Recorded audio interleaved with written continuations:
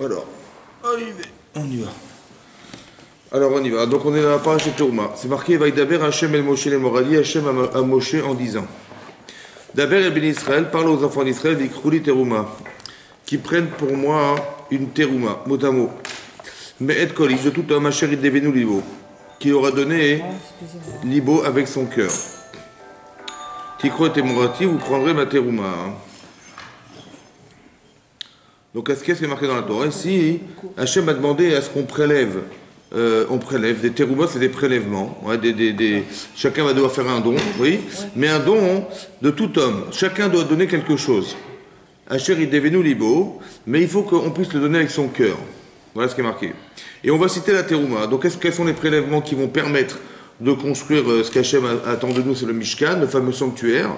Zod terouma achat ikroumeitan. Donc voici les prélèvements que vous prendrez d'eux. Donc on a désigné des matériaux qui vont permettre de construire le Mishkan. Zahav akesef une rochette, de l'or, de l'argent, des rochettes du cuivre. Trelet vargaman, donc trelet des fils bleus, argaman pourpre, tolarachani veshesh veizim. Donc des tolarachani veshesh, c'est de la soie. Verizim et des poils de chèvre, veri orot et elim, donc c'est des peaux de bouc, meodamim, de chevreau, meodamim qui étaient rouges, ve orot techachim, des peaux de techachim, oui, les techachim ce sont des licornes, il y avait des licornes à l'époque, oui, qui ont disparu, après ça on n'a plus trouvé de licornes, veratse shitim, des bois de shitim, shemen amaor, de l'huile de luminaire, bessamim, beshemen amishra, des parfums qui vont parfumer les huiles d'onction, vélictoret asamim, parce que vous savez qu'on huilait les ustensiles, ouais, on les parfumait, le vélictoret asamim, aussi des kétorets, des encens, qui étaient des parfums, qu'on brûlait sur un autel, oui, qui étaient dans le Kodesh HaKodeshim. Ve'avnei shoam avnei milouim, il y avait des pierres de shoam et de milouim, des pierres de shoam et de milouim. Vous savez que sur le pectoral, il y avait des pierres, le rochen et le éphod, sur le vêtement que portait le Kohen, il y avait ce qu'on appelle des pierres de remplissage. C'était les pierres qu'il avait sur les épaules et il y avait 2 pierres, d'accord, des pierres précieuses. Et sur le pectoral, il y avait 12 pierres précieuses, quoi, sur lesquelles étaient inscrits les noms des tribus.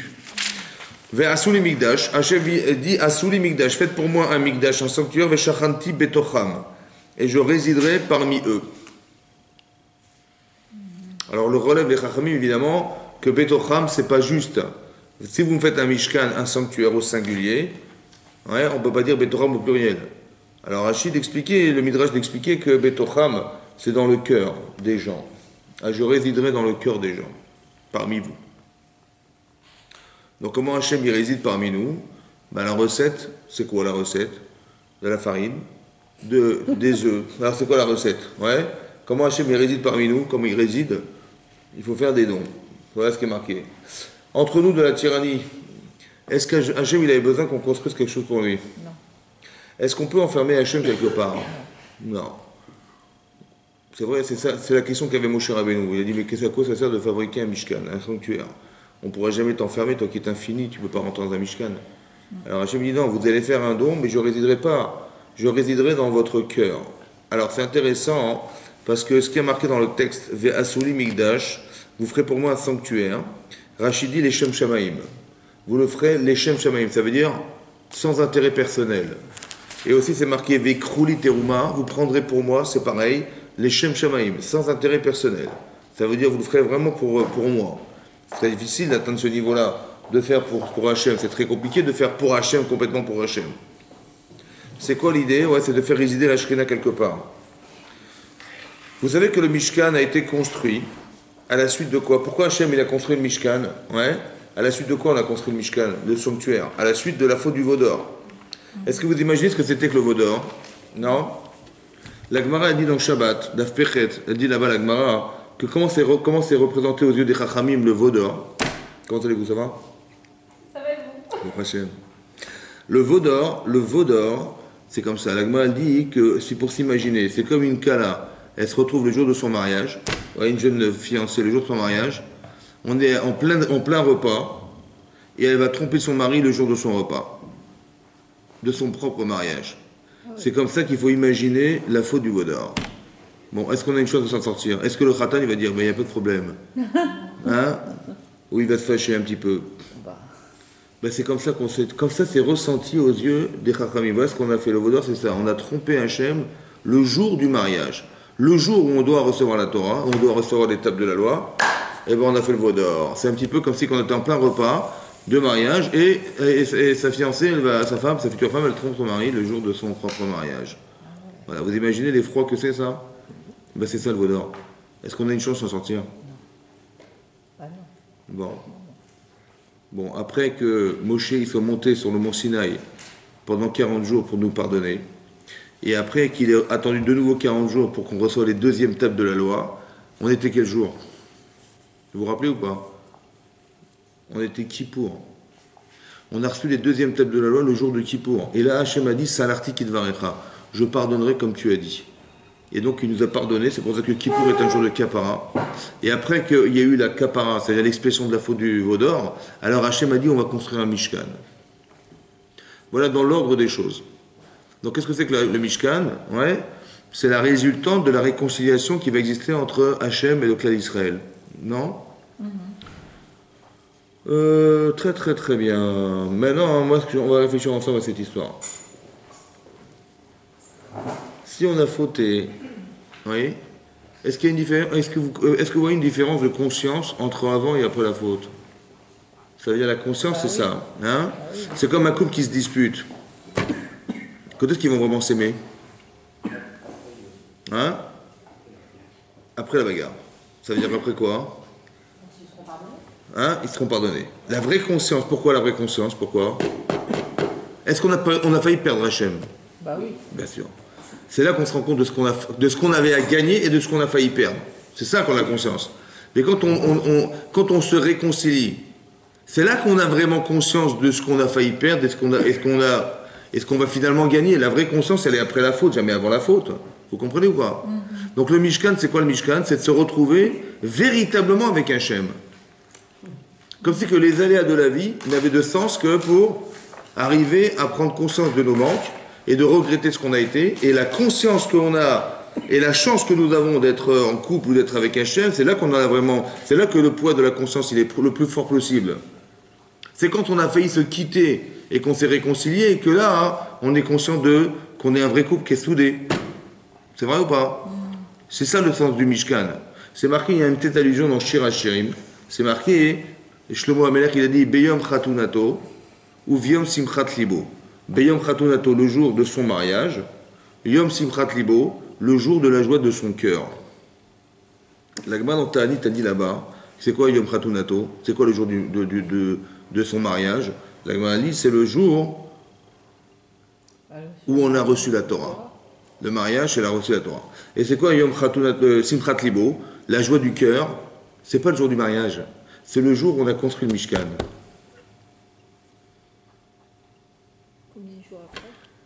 Ben, c'était en Nissan. On a construit, on a fauté, comment vous dire, on a fauté le 17 Tammuz, et en Nissan d'après, on a construit le Mishkan. Ça va? Maintenant, ce qui est intéressant, c'est ça. C'est quoi? Pourquoi les Chachamim, ils ont imaginé que le jour du mariage, c'était le jour du mariage, c'était le jour du don de la Torah? Et pourquoi le fait qu'on ait imaginé la joie du cœur, c'est quoi la joie du cœur? C'est le jour où on a construit le Mishkan. C'est quoi la logique? Qu'est-ce qu'ils ont compris, Chachamim, pour y dire une chose pareille? C'était quoi la logique de lien entre le jour de son mariage et le fait que, comment vous dire, et le fait que on ait reçu la Torah? Alors j'ai vu, comment? Que oui. C'est comme une renaissance. Non mais pourquoi le jour du mariage, c'est le jour du don de la Torah? Le sens évident, c'est de dire on s'est marié avec le bon Dieu. Voilà. Et on la bague, c'était la Torah, on a reçu la bague, on a reçu. Non, c'est ça, l'évidence. Mais peut-être on peut dire plus profond que ça. Comme ça. Dites-moi, avant de se marier, on connaît son mari? Non. Pas trop. Sa femme? Non plus. On la connaît, bon, on la connaît. Mais est-ce qu'on la connaît en couple? Non. Eh bien, c'est pareil. Vous avez compris, c'est pareil. Ça veut dire quoi? Ça veut dire que, évidemment, quand on est amoureux, on va épouser sa femme, son mari, évidemment, c'est l'homme de sa vie, c'est la femme de sa vie, on va l'épouser. Mais sans avoir la véritable connaissance de l'autre. Un petit peu comme si on avait reçu la Torah, on avait accepté la Torah sans l'avoir reçue. Ça veut dire que le mariage, c'est le plus beau jour de sa vie, sans savoir ce qui va se passer demain. Le jour du matin de Torah, c'est le rendez-vous le plus important du clan d'Israël, sans savoir ce que la Torah attend de moi. Qu'est-ce qu'il faut être dans la vie? Qu'est-ce que Hachem attend de nous? On n'en sait rien. Mais on dit, mais tout ce que Hachem nous donnera, on l'acceptera. On est amoureux du bon Dieu, ouais, mais on ne sait pas ce qu'Hachem attend de nous. On ne sait pas quel niveau il faut atteindre, quel niveau d'exigence, on n'en sait rien. Vous avez compris, il y a cet inconnu. Mais alors, quand on ne sait pas, est-ce qu'on va forcément réussir? Non, on va fauter. C'est comme un couple, en fait, on part avec ses avantages et ses défauts. Mais comme on est très attachés l'un pour l'autre, on croit que tout va bien se passer dans le meilleur des mondes, pour le meilleur et pour le pire. Donc on dit, on le prend, bien sûr c'est comme ça, c'est de façon théorique, mais quand ça devient le pire, c'est une catastrophe, vous avez compris, quand on vit le pire. Qu'est-ce qui se passe à ce moment-là? Oui, en fait c'est là qu'on va prendre conscience que, c'est là qu'on va se rendre compte des engagements personnels. C'est ça le don de la Torah, c'est pareil. Ça veut dire qu'après, avant même qu'on ait reçu la Torah, sans avoir la connaissance, on a fait le vaudor. Mais lorsqu'on a fauté, comme c'est logique que ça doit se passer, pourquoi c'est logique? Parce que quand tu ne sais pas, tu vas forcément te tromper quelque part, c'est évidemment comme ça.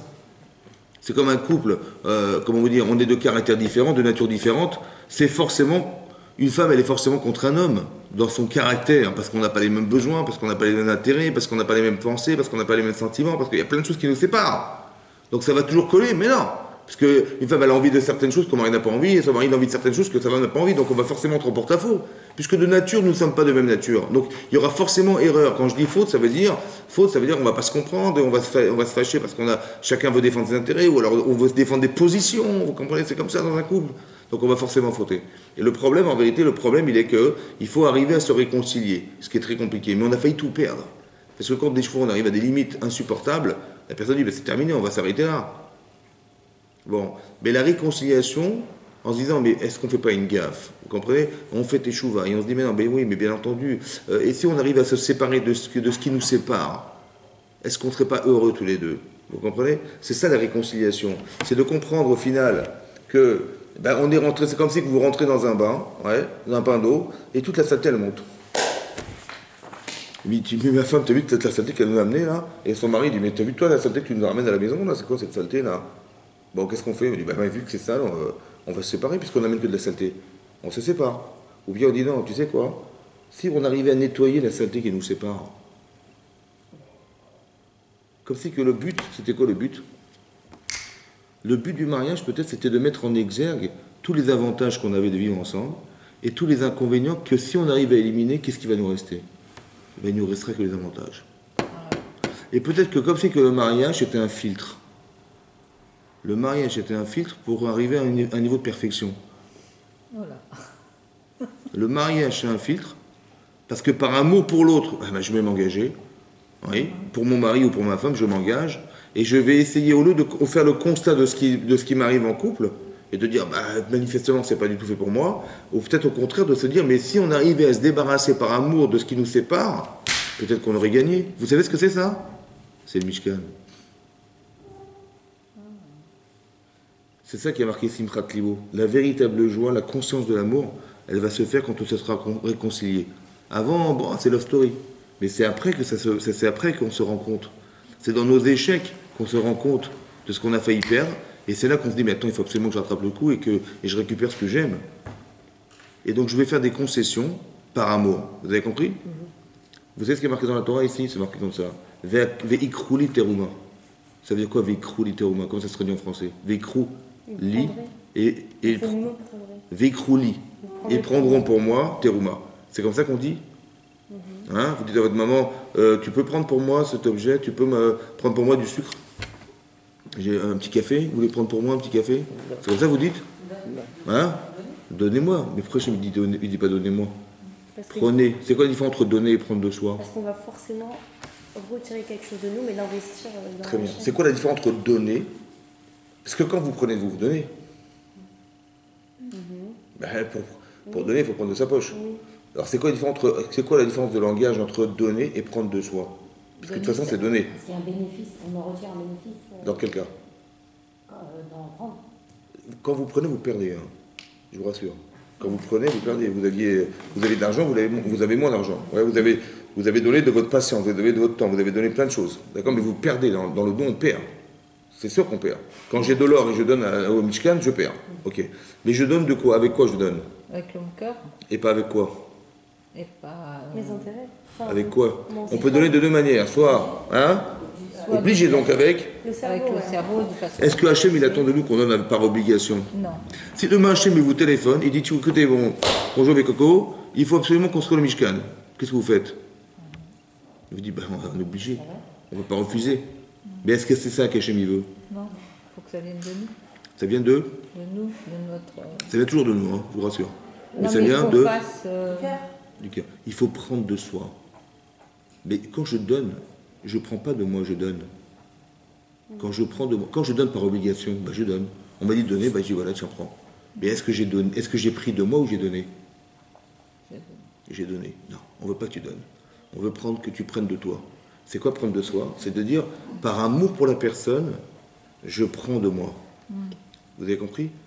Pas que je donne, pas que je tiens, il faut que je me rappelle de l'anniversaire de ma femme, et je vais faire un petit nœud parce qu'on ne sait jamais, de peur que j'oublie. Non, mais là, qu'est-ce que tu fais là?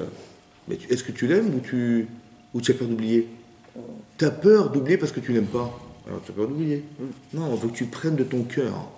Parce que où est-ce qu'il est Hachem après? Quand vous aimez la personne, elle se trouve où la personne?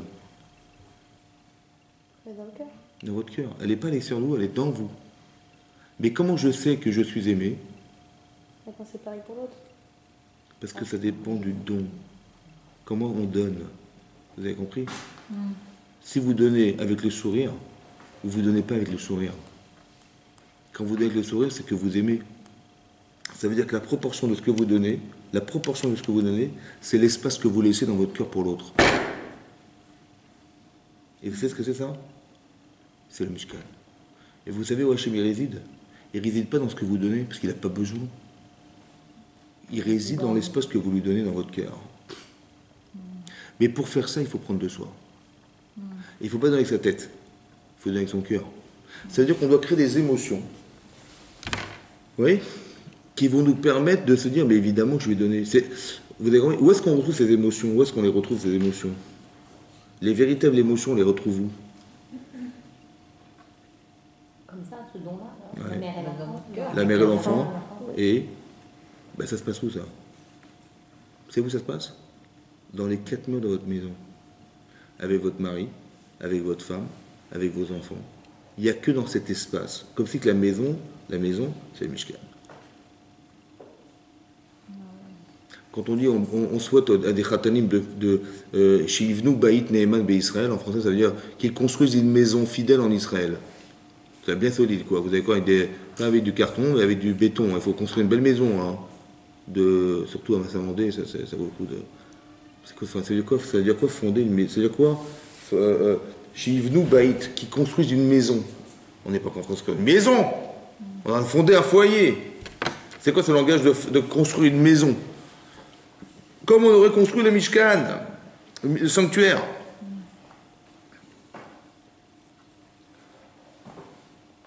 Si un mari veut offrir un cadeau à sa femme, ouais, le jour de son anniversaire, et ça fait 10 ans qu'elle attendait son petit solitaire.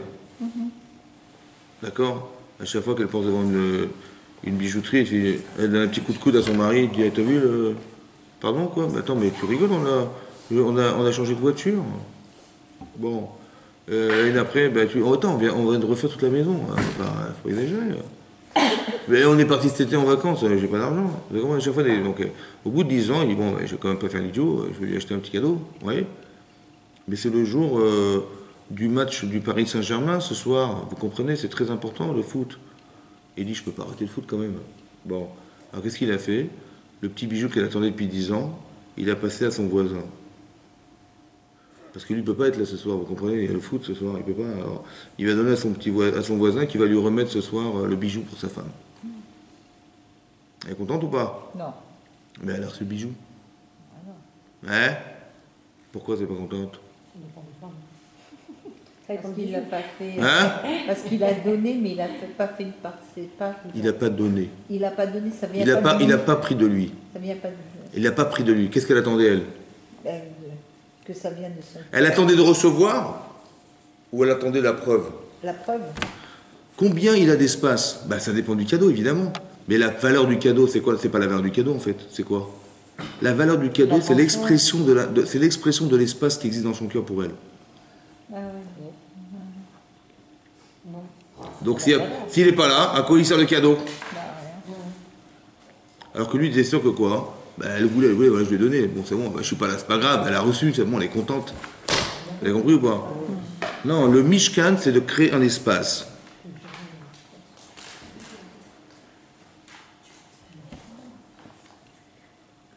Créer un espace. Mais ça passe par un effort, ça passe par un don de soi. Vikrouli teruma. Hachem, il a demandé à ce qu'on prenne pour lui. En fait, Hachem, il n'a pas besoin de ça. Il n'a pas besoin de ce qu'on lui donne. Il a besoin de ce qu'on arrive à construire par ce qu'on donne. C'est là qu'Hachem existe. Vous comprenez? Vous savez ce que c'est ça? C'est la Shrina. C'est ce qu'on appelle la Shekhinah. Ça veut dire qu'est-ce que ça rejoint la Shekhinah? Qu'est-ce qu'on gagne de l'avoir de la Shekhinah à la maison? La présence divine. Pas la Shrina, hein, la Shekhinah. Qu'est-ce qu'on gagne? Qu'est-ce qu'on change? Qu'est-ce que ça change? Est-ce que vous voulez avoir Hachem avec vous ou pas? Bah oui. Ça change toute la vie. Hein. Ça change quoi finalement? D'avoir Hachem avec soi, ça change quoi? Hein? Ça change quoi? Dites-moi, c'est quoi tout? Ça, quand on sonne du chauffard, qu'est-ce qu'on fait? Quand on sonne du chauffard, on sonne, on fait Hachem, tout. Non? Il nous donne tout. Alors, qu'est-ce qu'on gagne d'avoir la Shekhinah avec nous? Bah là, on se sent bien. On sait bien, votre Hachem. Et sur la plage? Qu'est-ce qu'on gagne alors? Vous savez pas? Il y a une assurance que tout va bien se passer. Mais la présence. Hein? Que quoi qu'il arrive, tout ce qui se passe, ça sera bien. Même avec la Massif, hein, on est bien assuré. Hein? C'est quoi l'avantage d'avoir Hachem avec toi? Une crainte. Hein? Bah, on se sent en sécurité. La police. On se sent en sécurité, on se sent bien parce qu'ils nous protègent. On est c'est là. Mhm. C'est tout? Bah, Parce qu'on n'a pas peur. On est un petit peu en correspondance. Et donc?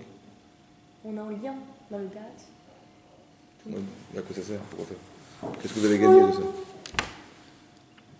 Hein? bah, vous allez me dire. Bah, c'est un soutien enfin, En connexion, je veux dire. Mais pourquoi faire? Bah, pour le servir au mieux. On sait qu'on est dans le Hémet. On est sûr d'être dans le bon chemin. Oui, alors? Bah, c'est super. Ouais. Vous êtes dans le bon chemin. Ça, c'est la preuve, mais à quoi ça sert? Ça, c'est une preuve, mais à quoi ça sert? Bah, d'être des meilleures personnes. Si on sait qu'on est avec Hachem, bah, C'est une preuve. Vous êtes des gens bons ou des gens bien? Ils Non, en je rigole. font. Hein? Alors?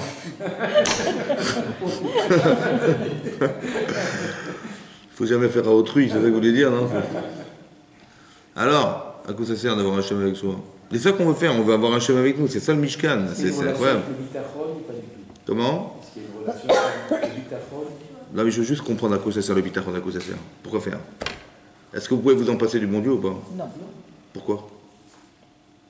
C'est ça qu'il faut comprendre, à quoi ça sert? Allez, Martinet, à quoi ça sert? Ça va être équilibré pour Hein? faire au mieux sa vie. C'est juste d'expliquer à quoi ça sert la shrina, c'est ça qu'il faut comprendre. À quoi ça sert? Qu'est-ce qu'on gagne d'avoir la shrina avec soi? Qu'est-ce qu'on gagne d'avoir le bon Dieu avec soi? La protection. Hein? De donner? Ben, sans lui, je donne. Hein. Ça veut dire quoi de Ah, mais donner? je donne pas de la même manière, elle a raison. Hum, On donne pas de la même manière, hum. avec lui ou sans lui. C'est que tout ce qu'on peut faire, on peut y mettre on un est porté, sens. on est porté dans le sens. C'est que, ah non, c'est bah, de créer de l'infini à chaque seconde de notre vie. Merci. Qu'est-ce qu'il y avait dans le Mishkan? Il y avait quoi comme objet? Chandelier, Chandelier, ouais. À quoi ça sert? Tabernacle. Avec la lumière. Lumière, très bien. Il y avait quoi d'autre? Il y avait le shulchan. Le shulchan, c'était quoi? Les tables avec le pain. Il y avait les pains, ouais. Il y avait quoi d'autre? La menorah, ce sont le chandelier, ouais. Il y avait quoi d'autre? Il y avait le électorette. Il y avait un petit hôtel où on mettait des parfums. Il y avait quoi d'autre? Il manque un. Celle pour les sacrifices. Non. Il y avait le Haron à Kodesh. Ah bah oui. Et qu'est-ce qu'il y avait dedans? Table de l'or. Les tables de la loi. Et dessus, il y avait quoi? et tous les cheveux. Les chérubins. Ouais? C'est quoi les chérubins? Des anges. C'était des anges qui avaient des têtes de quoi? Hein? D'enfants. D'enfants. Rachid dit là-bas, ils avaient des têtes d'enfants. C'est Gemara dans Souka d'Afé. Dans le Zohar, c'est marqué que c'était des têtes d'adultes. C'est de Mashma de la Gemara dans Yuma d'Af Nundalet que c'est aussi des êtres humains. C'était des hommes et des femmes. Un homme et une femme.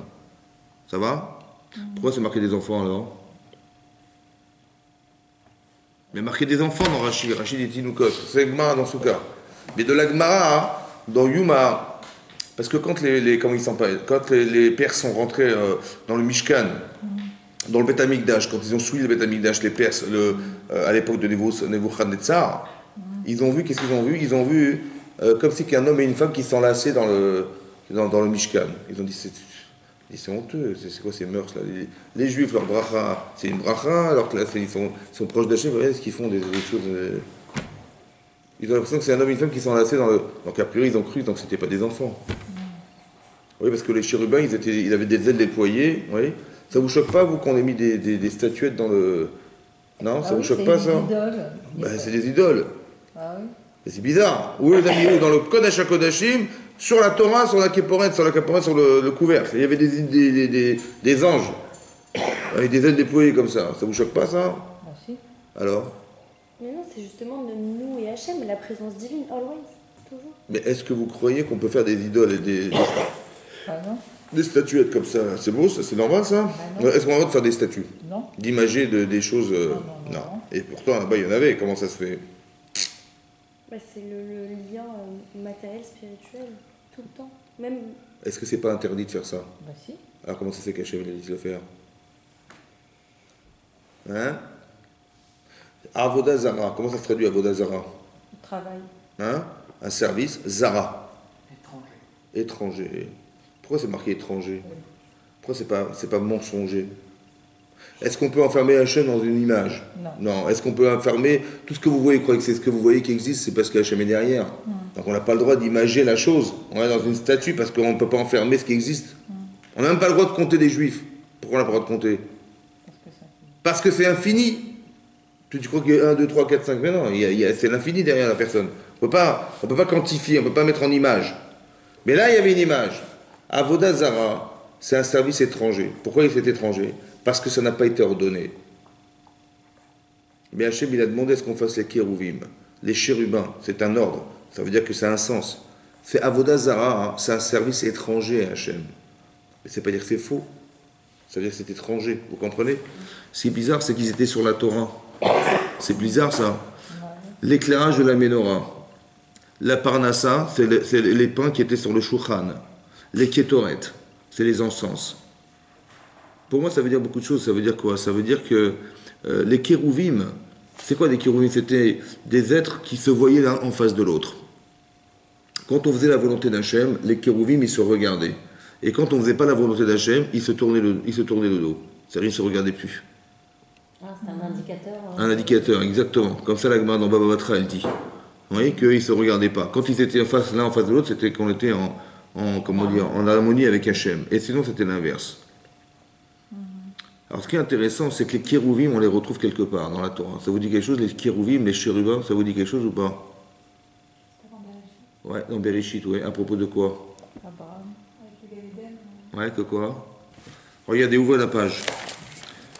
Avec Abraham, non? Non, pas Abraham, non. Bereshit, regardez Bereshit, Pasouk.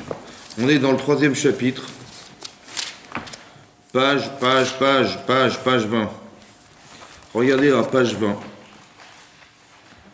On est dans le 3e chapitre, page 20. Pasouk Kav Dalet. Vous avez trouvé? Page 20 dans ce Chumash. C'est marqué là-bas, hein, Vaïgaresh et Adam. Hachem a chassé l'homme.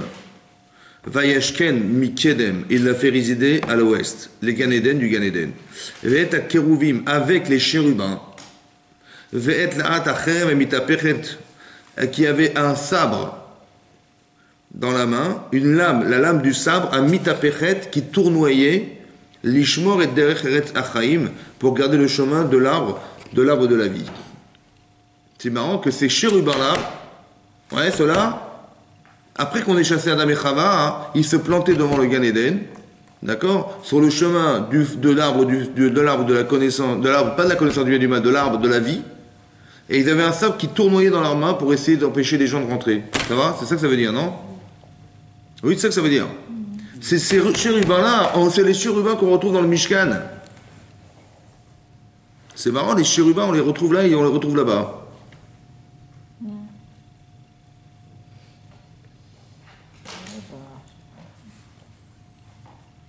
Qu'est-ce que ça veut dire?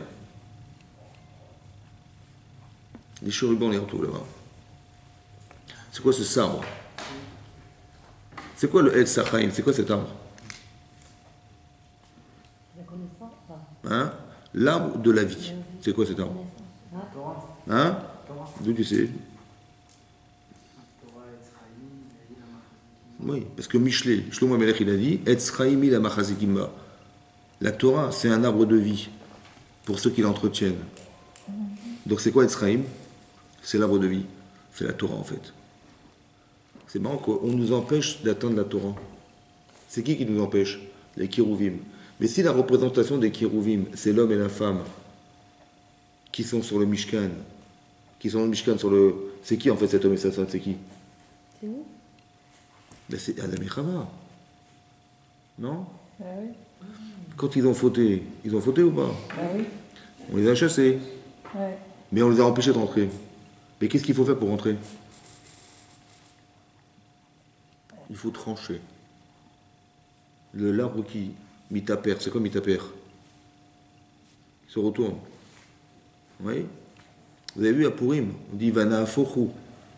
À Purim. Aman, il a voulu nous exterminer, oui. Et on a fait Teshuvah. Vana Fochou. Tout s'est inversé. Et c'est Aman qui a été pendu lui-même. Sur la potence qu'il avait préparée pour Mordechai. Vena Fochou. Ça s'est inversé. Le sabre a mis ta paire, comme si qu'on devait trancher. Dans quel camp tu te trouves? Dans quel camp tu te trouves? Il faut trancher. Et qui c'est qui t'empêche de rentrer? C'est la partie qui est en toi qui refuse de rentrer. Alors il faut que tu acceptes de rentrer. Il faut que tu prennes ce sabre et tu tranches. Mais c'est qui cet autre? Il y a les Adam et Chava, ils ont fauté. D'accord? Mais c'est qui t'a poussé à fauter? Il est où l'Itzara? non, ça pas. Enfin, Il est dans le cœur. Dans le cœur. Oui, dans le cœur. Dans une partie de mon cœur. Il y a une partie de moi qui est négative et une partie de moi qui est... Qui c'est qui a gagné? Ça aurait dû être la partie positive. C'est qui la partie positive? Vous savez qui c'est? C'est les chérubins qui sont sur le Aaron HaKodesh. Sur la Torah. C'est eux les positifs. Seulement, on a fait le choix du négatif, alors qu'on a été chassés. Mais nos vraies personnes, elles sont là-bas, elles sont gardées là-bas. Et elles ont dit, ça dépend. Si tu veux me retrouver, il faut que tu sois capable d'inverser. Vous comprenez ce que ça veut dire, ça? Mais ça peut se faire que quoi? Grâce à quoi? Mais grâce à la Torah. Et grâce à la lumière que ça va produire. Et grâce à ta parnassa que tu vas dire merci au bon Dieu. Et grâce aux encens que tu vas faire. Parce que quand tu fais des mitzvot, il y a un parfum qui se dégage de toi ou pas? Mais c'est ça qu'on veut que t'atteignes. C'est ça le Mishkan. Et ça se vit comment ça? Ça se vit où ça? Ça se vit en couple. Ça se vit en famille. Le problème, il n'est pas dehors, il est dedans. Il faut que tu sois capable. Oui, c'est ça la recette. Parce que manifestement, même quand vous voyez la faute d'Adam et Chava, qu'est-ce qu'elle a fait Chava? Chava, elle a mangé du Etz Hadarat et elle a donné à son mari. Il a accepté ou pas? Oui. Est-ce qu'il a joué son rôle de mari? Est-ce qu'elle a joué son rôle de femme? Oui. Elle a tué son mari. Elle a joué son rôle de femme? Non, mais elle lui a donné, Donc elle lui a fait plaisir. Un beau cadeau qu'il a tué. Elle lui a donné du poison. Elle a joué son rôle de femme ou pas? Non. Ils n'avaient pas un problème de couple tous les deux? Non? On n'était pas là. Mais bien réfléchissez. Moi aussi je n'étais pas là, mais est-ce qu'ils n'avaient pas un problème de couple? Puisque elle est prête à tuer son mari pour ne pas souffrir, et lui il a prêt à accepter alors qu'Hachem dit l'inverse, à cause d'elle. Ils ont un problème de couple ou pas? Est-ce que c'est pas le problème de couple en fait qui nous gère tous? Et que si on solutionne notre couple et qu'on fait riser la shrina dans notre couple, est-ce qu'on n'a pas solutionné la faute d'Adam et Chava? Ça veut dire quoi qu'Hachem il les a chassés à votre avis? Ça veut dire quoi? Ça veut dire que la shrina ne peut pas rester là. Vous comprenez ce que ça veut dire ça? Quand on s'aime en couple, vous savez ce que c'est ça? C'est la shrina qui réside. Et quand on est frustré en couple, c'est que la shrina est partie. Et ça peut se faire que dans la condition où on est capable de donner pour l'autre. Vous avez compris ça? Quand je dis donner, ça veut dire sincère. On ne fait pas du cinéma, on n'est pas dans la cohabitation, on est là que dans la coexistence. Oui, la personne la plus importante au monde, c'est sa femme. la plus importante au monde, c'est son mari, la plus importante au monde. Et on voudrait, pour des principes ou des je sais pas quoi, des trucs, on veut casser ce principe qui était fondamental au départ. Vous imaginez qu'à cause de ça, le monde a été... on est sorti du Gan Eden. Je ne sais pas si vous vous rendez compte de ça. Mais le Mishkan, on n'a pas besoin du Mishkan. On a juste fait le Mishkan pour qu'on arrive à faire résider Hachem. On a besoin de se marier, pas parce qu'il faut simplement fonder un foyer, il faut être comme tout le monde, il faut avoir une carte d'identité, un machin, non. Il faut qu'on arrive à se construire dans son couple. C'est ça que ça veut dire. La Shekhinah, elle réside dans cet espace. On va faire comment? Hein? On va faire comment? C'est ça, la recette, elle est marquée là. La recette, elle est marquée là, ça veut dire... Hein? Elle est marquée là. Ça veut dire que quand tu es marqué que tu vas prendre, pour moi, les Shem Shamaïm, oui. Alors, il y a beaucoup... Est-ce qu'on a beaucoup de respect vis-à-vis d'Hachem? Évidemment. Est-ce qu'on a beaucoup de reconnaissance vis-à-vis d'Hachem? Évidemment. Mais est-ce que c'est pas ça le ressort de ce qu'on va construire en couple au départ? Regardez comment les Avot, ils se respectaient, mais c'est démentiel. Je vous ai dit déjà. Avot, ça veut dire Avraham, Yitzhak, Yaakov. Quand, comment elle s'appelle? Quand Sarah, elle a rigolé derrière la porte, qu'est-ce qu'elle a dit? Elle a dit, mais comment on aura des enfants avec Adonis Zaken? Ça veut dire quoi Adonis Zaken? Adonis, ça veut dire quoi Adonis? Hein? Mon maître. Voyons. Elle a dit mon maître. Quand Avram il est allé en Égypte, ils sont arrivés en Égypte, c'était la famine en Israël, et il a vu que sa femme était belle, il a dit, mais attends, qu'est-ce qui va se passer en Égypte à votre avis? Mais ils vont voir la beauté de ma femme, ils vont la capturer, la prendre en captivité, et si je leur dis que c'est ma femme, et qu'est-ce qu'ils vont faire pour la donner au roi? Ils vont le tuer. Donc il a dit à sa femme... C'est ma sœur. Hein? Qu'est-ce qu'il a dit à sa femme? Dis que je suis ta sœur. C'est comme ça qu'il a dit à sa femme? Non, il a dit grâce à... En gros, il a dit tu peux me sauver la vie. Non, non, avant déjà. Qu'est-ce qu'il a dit avant déjà? Dans les mots de la Torah. Non. Un mot tendre. Non. Qu'est-ce qu'il a dit? Attendez, il va mourir lui, hein, à cause d'elle. Il va mourir parce qu'elle est tellement belle sa femme qu'ils vont la prendre pour la donner au roi. Évidemment, c'est comme ça. Bon, si un mari quand il voit ça, il dit attends, je vais quand même pas mourir à cause d'elle quand même. Donc il va dire à sa femme, fais pas l'idiote.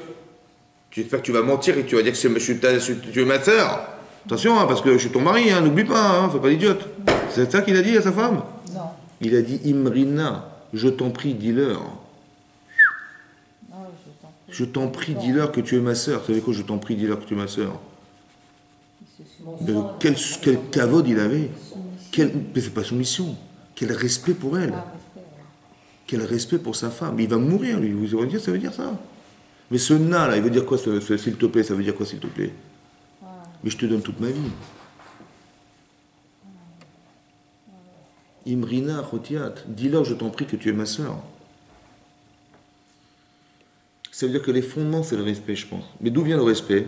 D'où vient le kavod? D'où ça vient le respect des gens? Ah bah c'est le kaved, c'est le poids que tu laisses à la personne. C'est sûr, mais d'où il vient? C'est quoi la source? Pourquoi vous devez respecter les gens? Vous respectez quoi chez les autres? Et pourquoi vous demandez à ce qu'on vous respecte?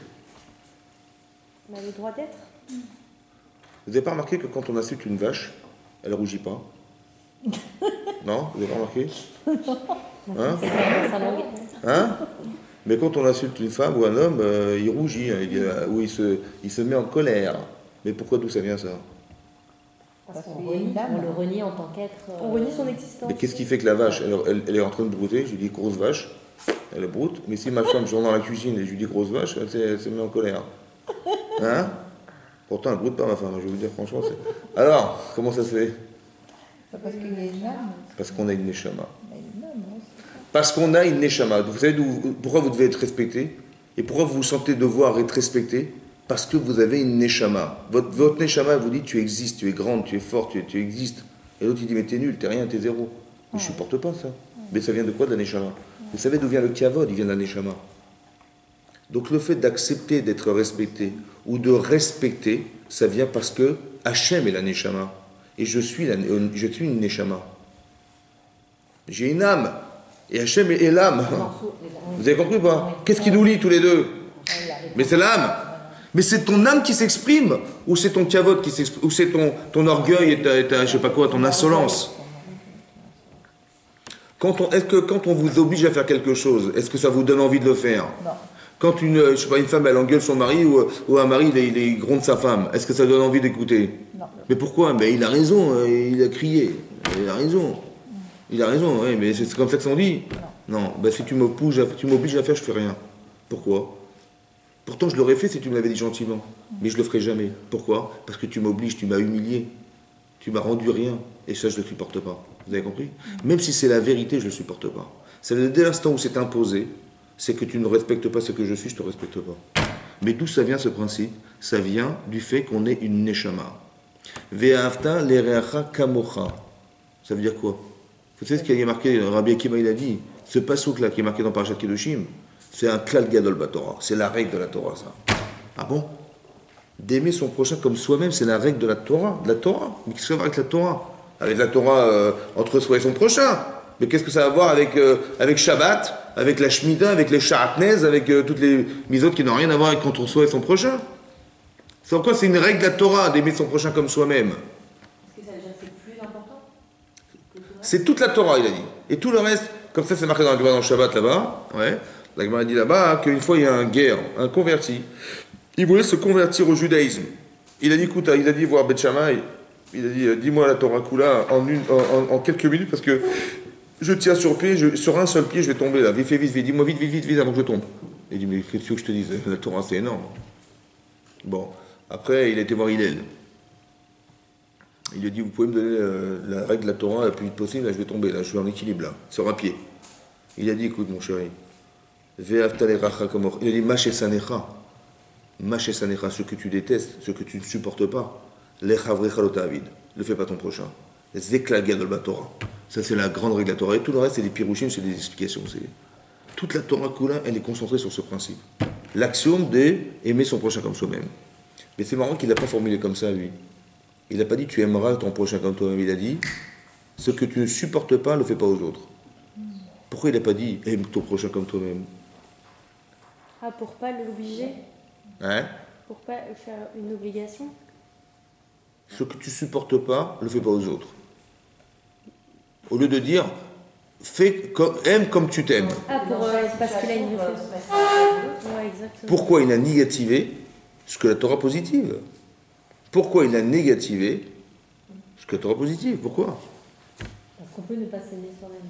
Pour qu'il ne le fasse pas. Ah, ça, on parle même pas de ça. Vous avez raison, si un homme il s'aime pas, une personne ne s'aime Pour pas. qu'il ne le fasse pas. Pourquoi il a dit l'inverse? Il a dit inverse. Pourquoi il a inversé? Pour pas qu'il Parce se que même quand convertisse. il ne s'aime pas, il y a des choses qu'il ne supporte pas. Donc, s'il fait ce pas-là de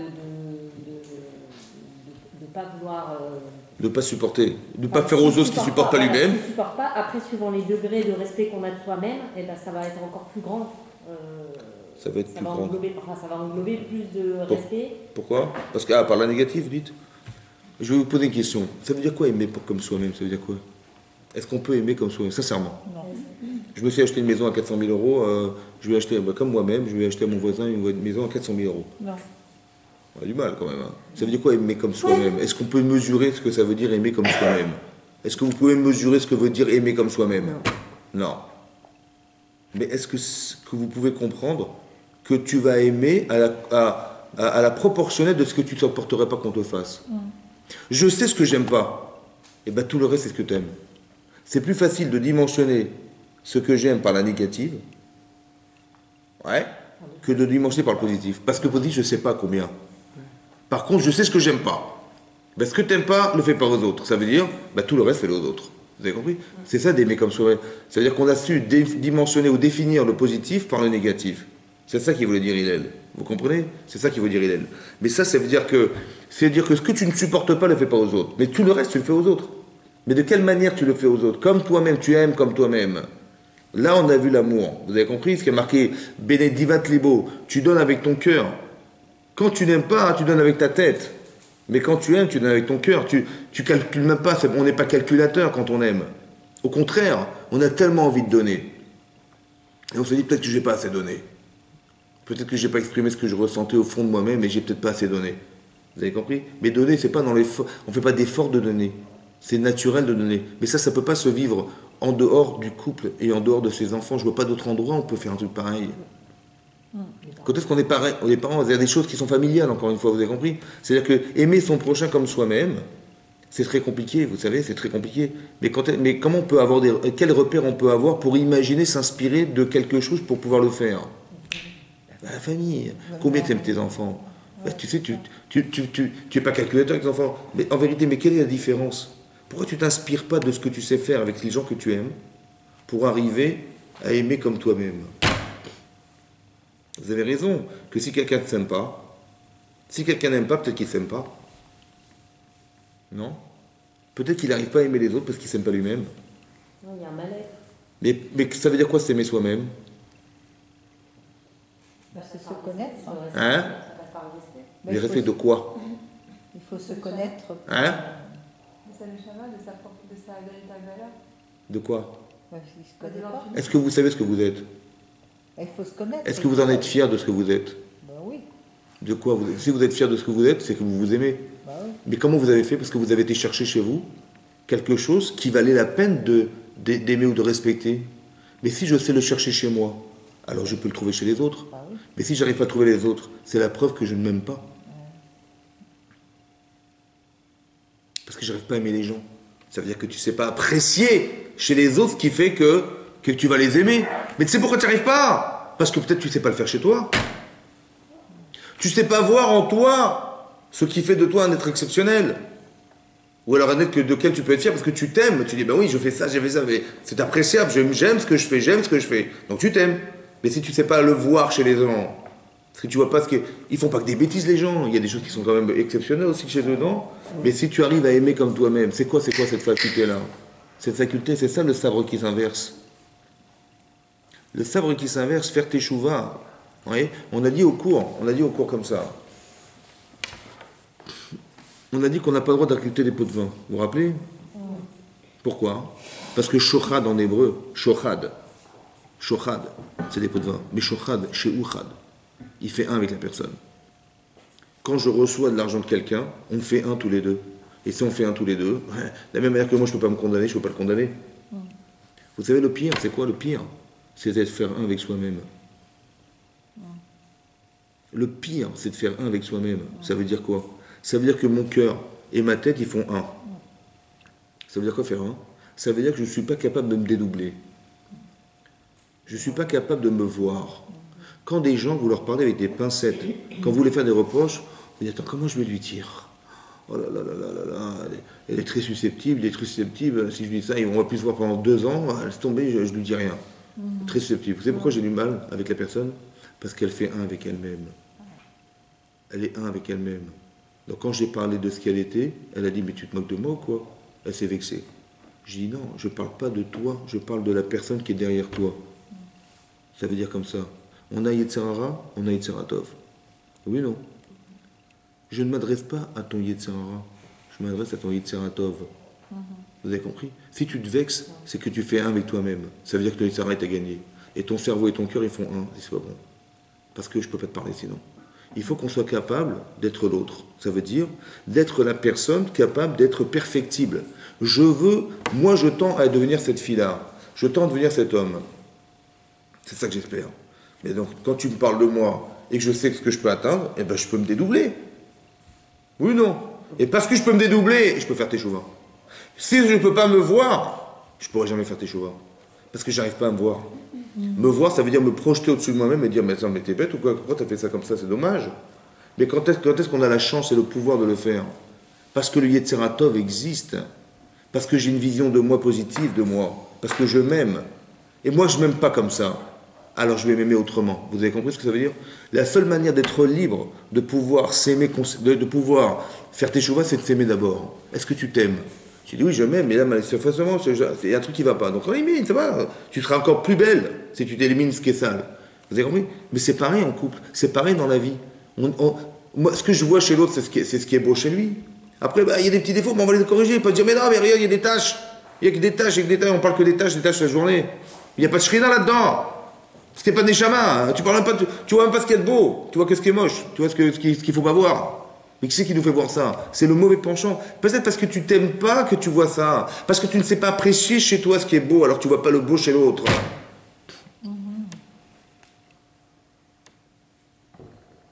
Quand tu donnes au Mishkan, c'est qu'Hachem il est grand ou pas? Oui. Ben c'est pour ça que tu donnes. Ben c'est parce que tu l'apprécies que tu donnes.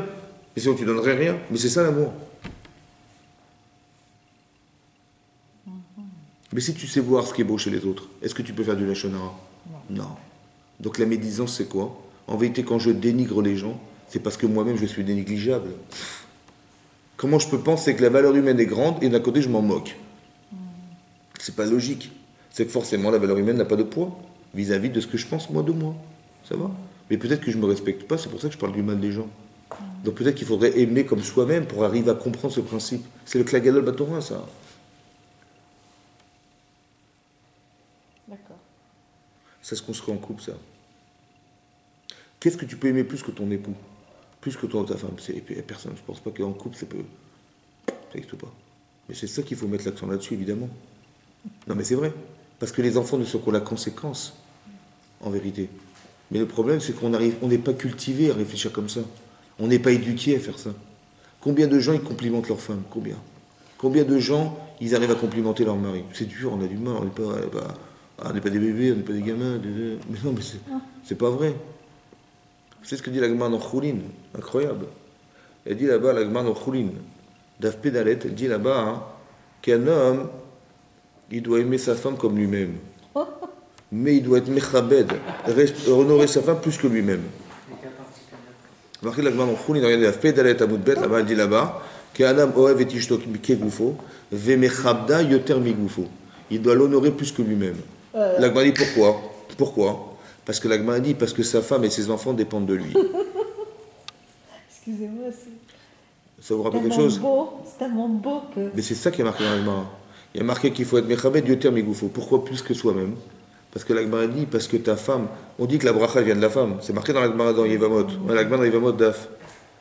Sa mère Gimel Amoudbet, elle dit que la bracha, elle vient de la femme. Pourquoi elle vient de la femme? Comme ça, c'est marqué. Qu'un homme qui n'est pas marié, il n'a pas de bracha, il n'a pas de bracha, il n'a pas de simcha, il n'a rien. Pourquoi c'est la femme? Parce qu'elle a pour fonction de donner. Comment? Parce qu'elle a pour fonction originelle de donner. Alors la Gemara dit pas ça. La Gemara dit, vous savez pourquoi? Parce que la femme dépend de son mari. Donc comme elle dépend de lui, alors Hachem, il va lui donner à lui pour elle. C'est ça la bracha. C'est pas que... Vous avez compris ce que ça veut dire? Puisque mes enfants dépendent de moi, ils attendent de moi, ils ne peuvent pas faire sans moi, ma femme, elle ne peut pas faire sans moi. Donc Hachem, il est obligé de me donner pour que ma femme, elle soit heureuse. Donc maintenant que je le sais, donc je dépends de qui, moi? Je dépends d'Hachem. Mais Hachem, il y a une limite. Mais je peux plus que ce que j'ai, c'est pas grave, je donnerai plus que ce que j'ai, parce que ça dépend d'Hachem. Vous avez compris la différence entre si Hachem existe ou n'existe pas? Vous avez compris la différence s'il y a la Shrina ou il n'y a pas la Shrina? S'il y a la Shrina, elle est où la limite? Il n'y en a pas. Mais quand les deux travaillent... Attendez, vous avez compris? Et ça veut dire, c'est ça que ça veut dire. En vérité, je ne devrais pas m'arrêter à ce que je sais. Je devrais aller au-delà, pourquoi? Parce que ma femme, elle attend de moi quelque chose, et mon mari attend de moi quelque chose. Mais puisque la Shrina existe, mais tout ce que je vais recevoir pour elle ou pour lui, mais c'est Hachem qui va me le donner. Et Hachem, il manque des moyens, Hachem. C'est ça la confiance en Dieu. C'est ça la confiance en Dieu. C'est de ne pas s'arrêter sur ce que tu vois. Ne t'arrête pas sur le Mishkan, tu dis on a fabriqué un truc, nanana. Mais non, ce que tu as fait, c'est juste pour toi. Pour que ton cœur il soit entier avec Hachem. C'est tout, ça veut dire. Ça n'était qu'un moyen d'ouvrir ton cœur à Hachem. Mais en vérité, la limite, elle est où? Elle est où la limite? Elle n'existe pas. Vous savez pourquoi elle n'existe pas? Vous savez pourquoi? Parce que tu as une Neshama. Et à Kadosh Baruch Hu, il est la Neshama. Donc, Shrina Benehem, quand on arrive à créer le lien avec la Shrina, il n'y a plus de limite dans rien du tout maintenant. Vous avez compris ce que ça veut dire, ça? Comme si que la réalité ne me freinait pas, puisque c'est Hachem qui est derrière tout ça. Donc si j'accepte Hachem complètement, mais qu'est-ce qui peut m'empêcher d'arriver à l'infini? D'arriver à faire que tout ce que je fais n'a pas de limite? Rien! Mais comment ça se fait? Ça se passe en couple. Essentiellement dans le couple, ça se passe. Shekhinah Benem, les kérouvim, les fameux chérubins qui sont dans le Gan Eden là-bas et qui sont à la porte là-bas, c'est les vraies personnes en fait, qui sont les vrais couples. Mais ils disent, ah, tu ne peux pas rentrer, t'es pas arrivé à ce niveau-là, tu ne peux pas rentrer. Mais juste que tu fasses tes chouvas, on pourra se retrouver. Comme si que les chérubins me disaient à moi, mais si tu arrives à être l'homme l'homme parfait dans ton couple, etc., et que tu fais tes chouvas, parce qu'on n'est pas parfait, évidemment, c'est comme ça. Donc ce qu'on attend de la personne, c'est que sincèrement, par amour pour l'autre, puisque la personne souffre de ce que je suis, mais par amour pour elle, je vais m'arranger. Mais ce que je vais faire, c'est contre nature, parce que c'est pas ça que j'aurais voulu faire, mais pour elle, je vais le faire. Et pour mon mari, je vais faire pareil. Et quand je vais faire ça, je fais don de moi, je prends de moi pour lui, et je prends de moi pour elle. Je donne pas, je prends de moi. Veikrouli teruma. Vous avez compris la différence? J'aurais pas envie de faire, parce que ce que me demande mon mari, mais il est plaisant ou quoi, mais c'est contre moi, c'est contre nature. Est-ce que tu es d'accord de sacrifier ta nature pour lui? Est-ce que tu es d'accord de sacrifier ta nature pour elle? Tu es d'accord? C'est ça l'amour, c'est ça la shrina. Tu as pris de toi et tu as donné. Et là, maintenant, qu'est-ce qui nous sépare? Rien. Même mon corps, il ne s'oppose pas. Alors qu'est-ce qui reste? Ben non, les chamottes. Et c'est ça la Shekhinah. La Shekhinah, c'est ça la Shekhinah. Il faut essayer de retrouver en vérité ce que nous sommes. Parce qu'au fond de nous, qu'est-ce qui fait écran entre nous et nous? Ben, c'est nos corps. Vous savez, quand on se dispute pour des bêtises. Pourquoi? Parce que c'est du corps à corps, en fait. Mais pourquoi tu n'es pas dans l'essentiel? L'essentiel, c'est ce que ça cache. Donc, essaie d'être essentiel dans ta vie. Et tu verras que c'est là que tu vas sentir la véritable notion de la Shekhinah, tu vas la sentir. C'est ça qui est marqué ici. Que quand il y avait des nissim dans le Beth Amikdash, je crois il y avait des nissim. Mais c'est logique qu'il y avait des nissim. C'était normal qu'il y avait des miracles. Vous savez pourquoi? Parce qu'il n'y a pas de limite. Mais c'est ta conception qui l'a créé, cette non-limite. Tu ne peux pas vivre quelque chose que tu ne conçois pas. Or, comme on est avec Hachem de façon implicite, de façon entière, mais évidemment que on est dans... J'ai une telle confiance en lui qu'il peut faire ce qu'il veut, ce serait évidemment lui. Mais ça, ce concept-là, il se construit en couple. Il y a marqué Beyom Khatunato Viom Simchat Libo. Le but, c'est la simcha du cœur. Le but, c'est que tu redonnes avec ton cœur. Mais quelle partie de ton cœur? La partie de Yetzeratov qui est dans ton cœur. La partie Yetzeratov qui est dans ton cœur. Parce que la partie Yetzerara, il ne faut pas qu'elle existe pour toi, contre toi. Quand tu dis, mais c'est dur, c'est contre moi, etc., c'est ton Yetzerara qui est contre toi qui te fait dire, mais ne fais pas ça. Tu n'as quand même pas de sacrifier ta vie pour lui, quand même. Mais en vérité, c'est quoi le problème? Je dis, ok, ben, si je t'écoute pas, ben, on sera dans la forme toute notre vie, j'ai pas envie, moi. Je ne peux pas ne pas t'écouter et vivre une vie cohérente avec mon mari et ma femme que le contraire. C'est ça que ça veut dire. Donc je suis prêt à faire ces sacrifices, mais par amour. Parce que je sais que je sais que c'est ça qui va m'épanouir, c'est ça qui va faire de nous des êtres forts. Je préfère Hachem avec moi que sans moi, évidemment. Donc on est toujours plus fort avec lui. Mais c'est comme ça que ça doit se réfléchir. On doit réfléchir à qu'est-ce qui nous rend heureux ensemble. Et pas qu'est-ce qui nous... Il faut, comme l'amour n'existe pas, ou le bonheur n'existe pas, ben il faut qu'on se chamaille, évidemment, c'est comme ça. C'est ou il, elle, ou chamaille. Il et elle, ou chamaille. C'est vous qui choisissez. Oui, c'est ça. Ça veut dire qu'il faut faire attention à ça. Il faut faire attention à ces principes. C'est ça qui marque le Mishkan. Et c'est tous les paramètres qui existent autour. Il faut que ça soit toujours dans la Torah, dans le respect de la Torah. Parce que quand on respecte la halakha, on va forcément respecter l'autre. C'est obligé. Si une femme respecte la halakha et un mari respecte la halakha, la loi de la Torah, c'est la loi la plus appropriée à l'homme, à l'être humain en soi. Donc c'est la plus appropriée. Donc c'est comme ça qu'Hachem a dit, mais c'est là que je réside. Donc si il y avait le Aaron HaKodesh, il y avait la Torah, et au-dessus de la Torah, il y avait les kérouvim. Mais donc si c'est dans cet esprit de Torah, évidemment que ça marchera, parce qu'il y a le respect de l'autre. J'ai peur pour l'autre, j'ai envie de faire plaisir, j'ai envie d'être aimé par l'autre. Moi, l'objectif, c'est que mon épouse, elle puisse m'aimer. Et l'inverse aussi, ma femme, c'est ça qu'on doit espérer ensemble, c'est ça qu'on espère. Donc tout ce qui va entamer dans le respect de l'autre, on évite. Parce qu'on n'a pas envie d'entamer notre relation. Pas de dire non, mais je vais lui dire la vérité, et je n'envoie pas une figure qui se débrouille avec. Non, c'est pas comme ça qu'on fait. Parce que cette forme-là est destructrice. Bien que c'est la vérité, tu as raison, à 100% tu as raison, et ça va pas du tout ce qu'il fait, ou ce qu'elle fait, ça va pas du tout, et tu lui dis, il vaut mieux lui dire que tu gardes tes trucs, tu as raison, mais de la manière dont tu le dis, ça donne pas envie. Parce que la manière dont tu le dis, la forme que tu as employée pour dire la vérité, voilà. Bah, ça donne pas envie d'écouter. Parce que tu n'as pas donné avec ton cœur, tu as donné avec ta tête. Tu as dit, je vais te dire ce que je pense de toi. Je vais te dire ce que je pense de toi. Tu donnes avec ta tête. Non, il ne faut pas que tu donnes avec ta tête. Donne avec ton cœur. Et avec ton cœur, tu dis, fais attention. Parce que si tu attends que l'autre il fasse ce que tu lui dis, il faut que tu lui dises avec respect. Parce que sinon, il ne va jamais t'écouter. Jamais. Il n'y a jamais personne qui, on lui donne une claque dans la joue droite, il va dire, oui, bien sûr, excuse-moi, oui, vas-y, tu peux la joue gauche. Ouais. Ça n'existe pas. Donc ça veut dire que quand c'est pas respectueux, on n'a pas envie d'entendre. Mais si tu arrives à l'aimer comme tu t'aimes, peut-être tu vas le respecter. Toi, qu'est-ce que tu aurais aimé qu'on te fasse? Est-ce que tu aurais aimé qu'on te gronde et qu'on te fasse des réprimandes comme ça? Tu aurais aimé, toi, qu'on te fait? Pourquoi tu fais aux autres? Tu t'aimeras comme toi-même. C'est un peu élevé la notion du relationnel. Si quelqu'un on lui dit, tu sais, tu es superbe, et vraiment je suis très heureuse avec toi, et je suis très heureux avec toi, etc. Et on a une vie fantastique et tout, juste je voulais te dire un truc, si ça te dérange pas, ce petit truc là, c'est dommage parce que ça me dérange. Je dis, ah ouais, d'accord, pas de problème. Tout de suite je change.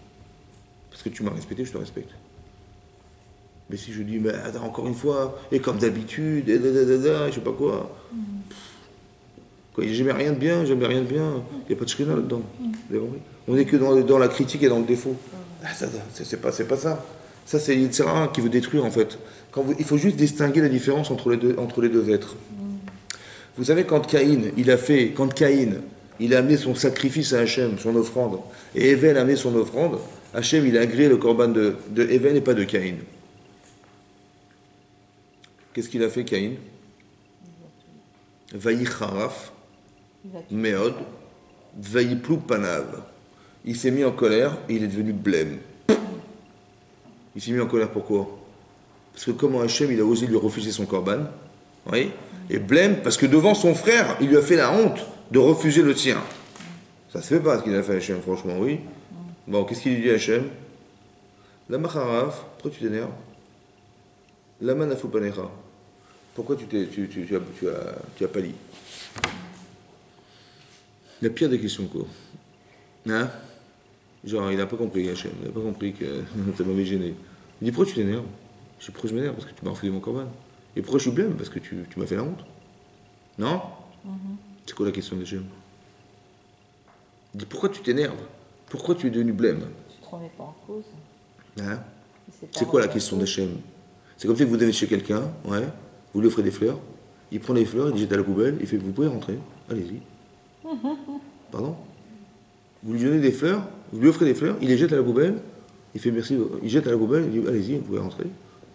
Vous êtes énervé ou pas? Très bien. Bah, c'est ce qu'il a fait, Hachem, il n'a pas accepté le korban, il l'a jeté à la poubelle, quoi. Et après il dit, mais pourquoi tu t'énerves? Ben, ça va, c'est pas grave, c'est les fleurs, c'est pas grave. Ben, j'ai compris, mais quand même, ça se fait pas. C'est quoi la question d'Hachem? Pourquoi tu t'énerves? C'est quoi la question? À qui s'adresse Hachem? Ah, c'est top. Quand il s'énerve, Caïn, c'est qui s'exprime? C'est le Yisserara. Pourquoi c'est ça? D'où vous savez? La colère, Hein? c'est là qu'on doit animer totalement. Oui, c'est vrai, mais pourquoi c'est l'Yetzirara ici? Pourquoi il s'est énervé en fait? C'était normal qu'il soit. Est-ce que c'est logique qu'il s'énerve? Oui. Mais je ne sais pas pourquoi il a refusé. Pourquoi je ne connais pas l'histoire. Ah oui. Après, je vous expliquerai. Après, je vous expliquerai. Je vous expliquerai après pourquoi. Après, je vous expliquerai. Mais déjà, pourquoi il s'énerve? Attendez, je vous explique un truc. Si quelqu'un, il va offrir une bague à sa femme, ça va?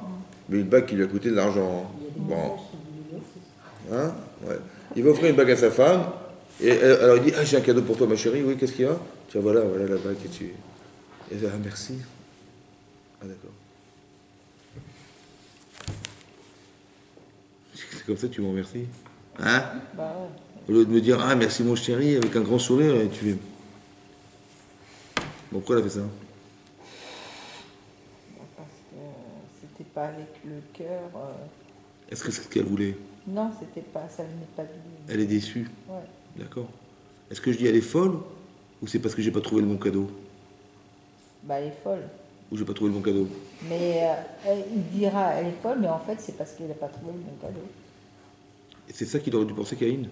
Au lieu de dire j'ai dû faire une gaffe, Ouais, Il ouais, faut se remettre c'est en ça. question. Hein. ça veut dire quoi? Attendez, qui c'est qui a refusé le cadeau? Bah, Hachem. Mais vous imaginez ce que ça veut dire ça? Quand il s'est énervé, ça veut dire que Dieu il s'est gouré? Non? C'est ça que je veux vous dire. Alors Hachem dit, mais pourquoi tu t'énerves? Ça veut dire, mais essaie de réfléchir à ce que quand tu t'énerves, ça veut dire que tu penses que je me suis trompé, quoi. Parce que tu dis, t'aurais jamais dû refuser, mais je suis quand même Hachem. Mais comment ça fait qu'il n'arrive pas à le voir? Parce que c'est Sarah. Hein? C'est le corps. Est-ce qu'il ne se remet pas en question? Mais pourquoi? C'est parce qu'il ne dédouble pas. Il est bien. chauffade. C'est ça, il est un avec lui-même. Ah oui. Parce qu'il n'y a pas deux. Pour qu'il y ait deux, il faut qu'il y ait Tseratov. Hachem à qui il parle? Au Yetzeratov. Il dit, mais pourquoi tu t'énerves? Ça veut dire que ton Yetzeratov doit te dire, mais c'est vrai, pourquoi je m'énerve? C'est n'importe quoi. C'est Hachem, il ne s'adresse jamais au Yetzerara. Il s'adresse à la deuxième personne qui est Yetzeratov. Ça veut dire qu'il faut toujours être deux. Yetzeratov, Yetzerara. Toujours les deux. Pourquoi? Parce que s'il y a du bien, tu peux voir le mal. Ouais. Mais s'il n'y a pas de bien, tu ne peux pas voir le mal. Il faut que tu arrives à t'aimer pour voir le mal. Mais si tu t'aimes pas, ou tu vas voir le mal, tu ne verras jamais, tu diras, mais c'est toujours bien. Hachem, il s'adresse à la bonne personne. Toujours. quand il nous arrive quelque chose, vous savez ce que ça veut dire? C'est pour nourrir la bonne personne qu'Hachem il s'adresse à nous. Il t'arrive un truc dans la vie, tu dis mais qu'est-ce qui m'arrive? En fait, Hachem il parle à la bonne personne qui est en toi, pas à la personne qui a fauté. Vous savez d'où je sais ça? Parce que bizarrement, Hachem, il m'envoie des épreuves qui sont exactement équivalentes à mon problème. Mida keneged mida. Ça veut dire, j'ai fait un truc, et ben ça me revient en boomerang dans la figure. C'est bizarre quand même. Exactement ce que j'ai créé, ça me revient chez moi. La même chose. Pourquoi faire? Pour dire, ça te fait mal. Mais oui, mais ce qui te fait mal, en fait, c'est la conscience de savoir que c'était mal. Mais comment tu peux le savoir? Parce que maintenant que tu l'as ressenti, tu dis, ah bah tiens, j'ai dû faire une gaffe. Ouais. Au lieu de dire, mais mon frère, il a dû amener un corban qu'Hachem m'a accepté, mais il a dû faire une... C'est quoi la différence entre mon corban et le sien? Alors je vais la vérifier. Donc j'aurais pu tirer des leçons, mais ça pour le faire, il faut avoir l'humilité d'aller se rabaisser à voir son petit frère. Il faut avoir des midotes. Vous avez compris? Mais il faut quoi? Il faudrait avoir la Torah pour le comprendre. Il faut que tu aies appris quelque chose de la Torah. Quand on étudie la Torah, à quoi ça sert? Ben, ça sert à avoir des repères.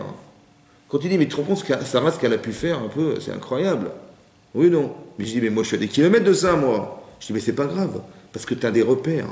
Tu sais vers quoi tu peux tendre. Donc tu peux pas dire, ah ouais, je suis la meilleure, j'ai réussi. Mais non, tu peux pas dire ça. Regarde, quand tu as un repère de Sarah dans ta vie, dans ta tête, tu peux pas prétendre que tu es une femme exceptionnelle. Par contre, tu dis, mais j'ai du travail, ça me prend toute ma vie, je vais arriver à quelque chose qui ressemble à ça. Donc quand on te dit, mais tu n'es pas, je dis, bah oui, mais pas de problème, j'accepte. Parce que je sais vers quoi je tends. Il suffit d'avoir une image positive de soi pour ne pas tomber dans le panneau. Par exemple, comment il s'appelle? Aaron Cohen. Aaron Cohen. Il faisait le shalom chez les gens. Mais qu'est-ce qu'il faisait Aaron Cohen? Il allait voir le type qui n'était pas très religieux. Ouais, comme ça, il est marqué dans le Rambam, dans le Pirkei Avot. Qu'Aaron, il était Rodef Shalom. Il pourchassait le shalom. Qu'est-ce qu'il faisait? Il tapait à la porte de son voisin. Il dit, bonjour monsieur, comment allez-vous? Il dit, oui, bonjour. Aaron Cohen Gadol, venez nous voir. Oui, mais avec plaisir, on est voisins, on se parle. Aaron Cohen Gadol, vous imaginez, ça veut dire le Cohen Gadol, il vient chez vous. Bon, qu'est-ce qui se passe? Il dit, voilà, je dis, ben voilà, bonjour, asseyez-vous, vous buvez quelque chose? Il dit à sa femme, attends, qu'est-ce qu'on lui donne à boire? Vous buvez de l'eau, j'espère, vous buvez de l'eau. Dans des gobelets en plastique, ça va, vous buvez? Ah oui, bien sûr, pas de problème. Et puis il discute avec lui. Mais l'autre, il n'est pas très religieux. Pas assez religieux, on va dire, pas très religieux. Bon, qu'est-ce qui se passe? Et puis il dit, bah alors, au bout d'une heure de discussion, c'était sympathique, il dit, bah écoutez, je dois y aller. Il dit, mais si vous voulez, on peut se revoir demain. Il dit, ah bah, je ne vais pas vous déranger, Aaron Cohen, vous êtes très occupé. Là, ça me fait plaisir, on se retrouve, pas de problème, demain je vous vois. Ouais, avec plaisir, franchement, une fois, deux fois, trois fois, quatre fois. Bon, au bout de 5 fois, hein, il dit à sa femme, bah, dis-moi, tu crois qu'il sait qu'on n'est pas Shomer Shabbat, Aaron Cohen? Tu crois qu'il est au courant, hein? Parce que s'il était au courant, je ne sais pas il aurait même pas frappé à notre porte. Bon, tu sais ce qu'on va faire? J'ai très très envie de le recevoir Shabbat, on va tout cachériser. On va tout cachériser, on va tout faire cachère, et tout comme ça, il va me dire, au moins j'aurai pas honte et je pourrais l'inviter et il mangerait chez nous. Tant qu'il ne sait pas, il vaut mieux qu'il ne sache pas, on va faire vite, on va tout cachériser, on va tout acheter cachère, tout. Ça va? Qu'est-ce qu'il a fait Aaron Cohen? Comment ça se fait qu'avant, il y a 3 semaines, il aurait dit même pas en rêve, et là maintenant tout à coup, monsieur, il veut tout changer, tout cachère. Hein? C'est sûr, mais qu'est-ce qu'il a réussi à faire Aaron Cohen? Hein? C'est-à-dire? Entre eux, leur situation, et lui, sa situation, il a une avance entre guillemets, le bien et le mal, entre la mitzvah et la... Oui, mais j'ai compris, mais qu'est-ce qu'il a fait? Il a fait quoi? Il y a un repère entre ce qui peut être et ce qui manque, quoi. Exactement. Oui. Tu peux recevoir Aaron Cohen, tu te rends compte? Tu peux recevoir Aaron Cohen maintenant. Ça veut dire que tu peux le recevoir, mais ça, il faut que tu sois cachère pour le faire. Mais qu'est-ce qu'il a fait en fait? Il lui a simplement mis une identité positive qui fait que maintenant, ça crée un contraste. Il dit, mais si on n'est pas cachère à la maison, il ne viendra pas. Mais comme je veux le recevoir, alors on va tout cachériser. Il a créé le contraste. Il a simplement créé une autre vision identitaire sur lui. C'est tout ce qu'il a fait, rien du tout d'autre. Vous avez compris? Tu as 2 façons de faire. Soit tu le fais dans la violence. On dit, non, mais attendez, j'ai pas compris, vous n'êtes pas cachère, mais c'est quoi cette histoire? Vous n'êtes pas cachère, vous mangez pas cachère, vous faites Shabbat, vous faites rien. C'est pas normal, attendez, il faut vous bouger, il faut vous réveiller. Il y a une façon de faire. Mais est-ce que c'est la bonne? Non. Pourquoi? Parce que dans l'agression, dans l'agressivité, on n'obtient rien. Le type, il va être docile, il va le faire. Mais tu m'as obligé à le faire, ça ne marchera pas. Un jour, je me rebellerai. Par contre, si tu m'as respecté et tu m'as montré que j'étais capable de faire, que je suis capable de... Tu te rends compte quel honneur il m'a fait d'Aaron Cohen de venir chez moi? Mais ça m'a donné l'identité de celui qui est capable de le recevoir. Mais maintenant qu'elle existe, cette identité, qu'est-ce que j'ai nourri chez lui? J'ai nourri, Aaron Cohen, il a nourri son Yetzeratov. Maintenant qu'il existe son Yetzeratov, donc il est en contrat sur le Yitzhara, alors là, tu peux choisir. Tu peux choisir. Ça veut dire que, en fait, Aaron Cohen, il a posé un problème à cet homme. Parce que, d'un côté, j'ai très envie de le recevoir à la maison, de l'autre côté, c'est pas forcément qu'il cherche chez moi. J'ai un problème, comment je vais m'arranger? Vous avez compris? Ce que je vous dis là, c'est un petit peu les shiurim. Quand on donne un cours, à la fin du cours, on doit être dérangé. Parce que le Rav, il a dit ça, il avait dit ça, ça me dérange. Ça veut dire que, attends, il m'a mis un problème, il m'a créé un problème, attends, il m'a dit de faire comme ça, d'être comme ça, et comment je vais faire? Moi, je suis pas comme ça. Ou je me dis, ah, c'est pas moi-même, c'est pas moi, je suis pas la religieuse, je suis pas le religieux, je suis pas le machin. En vérité, tu es religieuse au fond de toi-même, tu es dans la Torah, bien sûr. Oui. C'est bon, donc ça veut dire que c'est pas moi-même. Bah oui, jusqu'à présent, c'était pas toi. Mais c'est parce que c'était pas toi que ça va pas être toi. C'est ça qu'il a réussi à faire à Aaron Cohen. Simplement lui donner le plaisir et le respect de soi. Tu vas t'aimer comme toi-même maintenant. Donc ça veut dire quoi? Mais moi, j'ai plus envie d'être l'autre, ça ne m'intéresse pas. Et j'ai envie de pouvoir recevoir Aaron Cohen quand j'aurai envie. J'ai surtout pas envie qu'il sache que chez moi, c'était pas caché. Là, pour l'instant, il ne sait pas, je préfère qu'il ne sache pas et qu'on garde cette relation. Vous comprenez pas? Il a simplement changé l'identité de cet homme. Et maintenant qu'il a changé d'identité, eh ben, il peut se transformer. Mais c'est grâce à quoi? Ben, c'est grâce à la Torah. Mais c'est ça les chérubins sur la Torah. Si simplement on pouvait comprendre qu'en se respectant, ça donnera envie d'être meilleur, dans le respect de la Torah. Mais qu'est-ce qui nous empêche de le faire? Pas envie.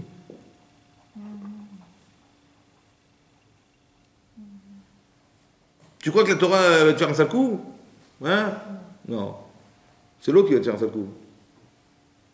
Donc c'est ça. Mais il faut que tu sois capable de nourrir cette relation avec Hachem pour que ton cœur y donne. Et que tu sois par amour. On a vécu 210 ans d'esclavage. Mais quand Hachem nous a sortis d'Égypte, quel soulagement extraordinaire. Mais je lui dois toute ma vie. On était en train de se noyer et il m'a sorti de l'eau. Mais je lui dois toute ma vie, je lui dois toute ma vie. Mais Hachem, il a fait exprès pour deux choses, pour deux raisons. Un, parce que d'avoir été des esclaves, ça nous permet de nous soumettre. Parce que le problème de fond, c'est qu'on n'arrive pas à se soumettre. Quand on est un, c'est dur de se soumettre, il n'y a pas d'autre. Et quand on est deux, on a la capacité de se soumettre. C'est-à-dire, elle a peut-être raison, pourquoi je veux la rendre malheureuse? Si ça la rend malheureuse, je change. Je me soumets à sa volonté, mais dans l'intérêt de construire quelque chose ensemble. Et l'autre aussi pareil, sa femme elle va dire à son mari, bah, si mon mari il est malheureux parce que je suis comme ça, bah oui, je ne vais pas rendre mon mari malheureux, parce que l'objectif c'est qu'on soit heureux tous les deux, bah, tout ce qui fait écran à ce bonheur, on élimine, c'est comme ça. Donc on se respecte, on se parle bien, quand ça va pas, on en discute, etc. Mais toujours dans l'intérêt d'atteindre quelque chose. Il faut qu'on ait un objectif commun. Il faut qu'on discute ensemble de qu'est-ce que l'objectif commun on a de vivre ensemble. À quoi nos enfants vont ressembler, je ne sais pas moi, etc. Donc il faut qu'on arrive à établir des principes qui sont de base pour pouvoir établir un projet d'évolution. Sinon, on fait comme tout le monde, quoi. Puis on verra bien, puis c'est pas grave, on verra bien. Mais pourquoi dans la vie, on a des projets professionnels, on a des projets, je sais pas de quoi, et tout à coup, dans la Torah, on n'a pas de projet, quoi. Bon, au jour le jour, on va se négocier. Mais non, il faut avoir un objectif dans la vie. Il faut avoir envie d'être un Tamid Racham, il faut avoir envie d'être proche d'Hachem, il faut avoir tout ça, il faut envie. Mais si t'as pas envie, bah t'as pas envie. Mais si t'as envie, bah t'as un objectif. Et bah toute ta vie, tu vas essayer de construire cet objectif et passer des étapes jusqu'à atteindre ce que tu étais. Espère un jour, ça va te prendre toute ta vie, mais c'est pas grave. Au moins t'as un objectif. Et quand tu sais que tu l'atteins pas, bah ça te dérange et donc tu te renforces. Et quand tu l'atteins, bah t'as la satisfaction d'être devenu cette personne. C'est ça que ça veut dire. Oui, mais il faut se créer des objectifs. Il faut qu'on arrive à avoir des objectifs communs dans un couple. Et là, la Shrina la Vézide. Toujours dans l'exercice de ce qu'Hachem attend de nous. J'ai peur de transgresser la Torah. Et j'ai peur de rater cette relation avec Hachem. La Avera, elle me coupe d'Hachem. La Mitzvah, elle me lie à Hachem. C'est comme ça.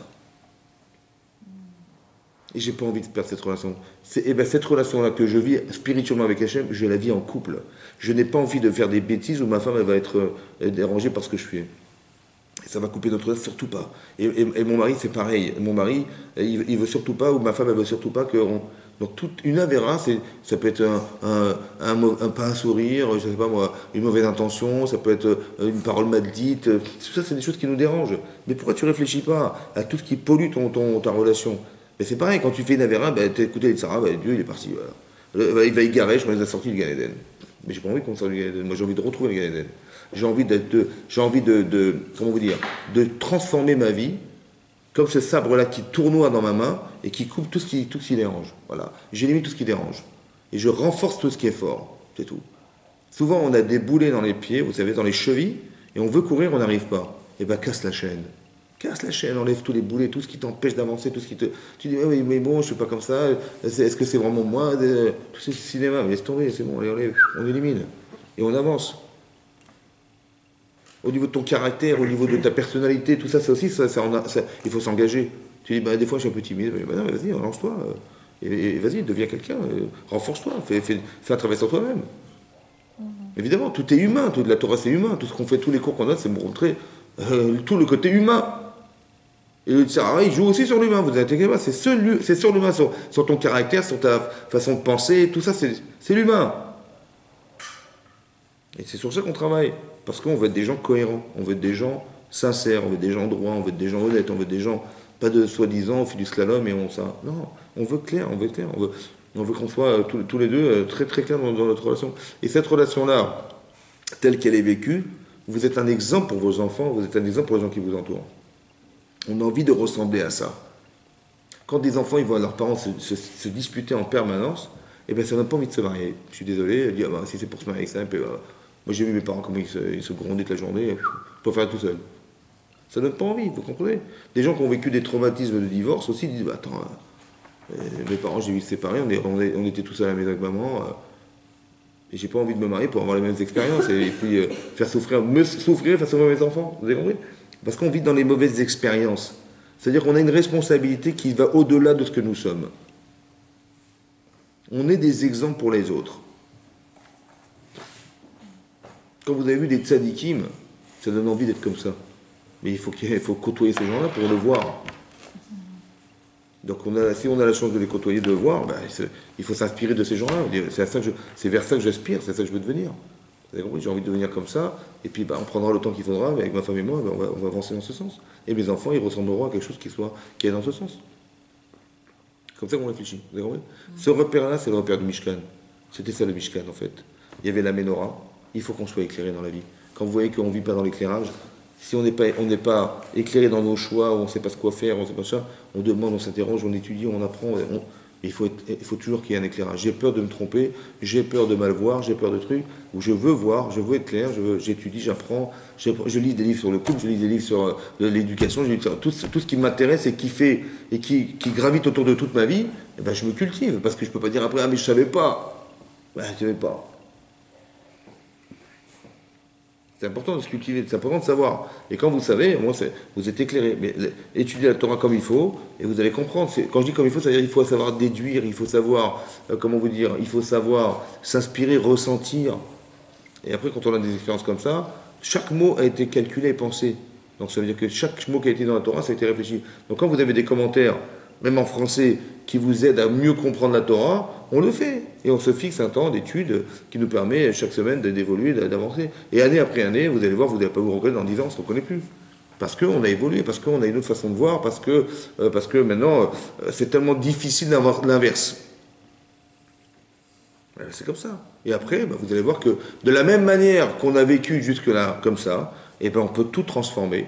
On inverse la position, et on évolue, et on est plus irishamaïm, on a peur de mal faire, ou on a très bien envie d'apprendre pour bien faire les choses, c'est très important, et après on arrive et cette relation qu'on a avec les autres, on s'en inspire, parce qu'on sait chercher le bien chez les gens, et c'est parce qu'on sait le voir chez soi, qu'on sait le voir chez les autres, et quand on sait voir chez les autres, on peut le voir sur Hachem, a fortiori, vous comprenez? Tout ça parce comme on ne sait pas le voir chez nous, on ne voit pas le côté positif, on ne se respecte pas, on ne sait pas voir chez soi qu'est-ce qui est objet de respect, alors on ne peut pas le voir chez les autres et forcément on ne peut pas le voir sur Hachem. Donc ça coupe complètement le lien avec Hachem. Et c'est très important que d'aimer son prochain comme soi-même, c'est une valeur sûre, et je pense que c'est la valeur du couple. Qu'on ne peut pas aimer plus son mari que ça, plus sa femme que ça, il n'y a pas quelque part, et plus ses enfants. C'est familial. Le Mishkan, c'est la famille, c'est ça. Le filtre de sa vie, c'est la famille. Quand vous éduquez vos enfants, vous vous éduquez avec. C'est tout. Ça va? On croit qu'on éduque les autres, en fait on s'éduque soi. Parce que quand tu as la pression d'être parfait et de faire que tes enfants soient parfaits, eh ben c'est forcément que tu dois forcément toi éliminer ce qui ne va pas chez toi. Donc on ne se rend pas compte qu'en éduquant les autres, en fait on s'éduque soi-même. À travers les enfants, à travers la famille, à travers son couple, on s'éduque en fait. On devient, comme si la famille c'est un filtre de nettoyage de toute la saleté qui est en nous. Nous on croit qu'on se marie pour se marier. Non, on se marie parce que c'est ça le mitzvah. C'est d'arriver à ce qu'on soit des êtres parfaits. Dans l'objectif d'être des tzadikim, évidemment. Donc tout ce qui va faire, il va enlever, ben, je suis obligé d'enlever. Je ne vais pas faire l'idiot devant mes... Je ne vais pas, moi qui n'allais pas à l'école, je prétextais que j'étais malade, je ne vais pas dire à mes enfants, écoutez ce soir les enfants, on va faire un poker, un petit whisky tous ensemble, et puis demain si vous n'allez pas à l'école, ben, c'est pas grave, on dira que vous étiez malade. Ben, ça n'existe pas, vous comprenez, on ne peut pas faire ça. Ce que toi tu aurais voulu faire pour toi, tu ne peux plus faire pour les autres. Parce que tu veux que tes enfants réussissent, parce que tu veux être un exemple pour tes enfants, donc tout à coup tu deviens perfectible. Parce que tu t'es marié, parce que tu as la simcha de voir le résultat de ce que tu as fait. C'est la simcha, la joie. Tu as la joie, tu as la bracha de voir que grâce à ça, Hachem il te donne, parce qu'il faut bien que tu arrives à rendre heureux tout ce qui est autour de toi. Donc Hachem il est obligé de te donner. C'est la bracha, ça. C'est comme ça. Vous avez compris, tout est lié à la famille, c'est ça le Mishkan. Donc la présence divine, elle se trouve dans cet espace. Comme dans le Mishkan. Chazak ou Baruch.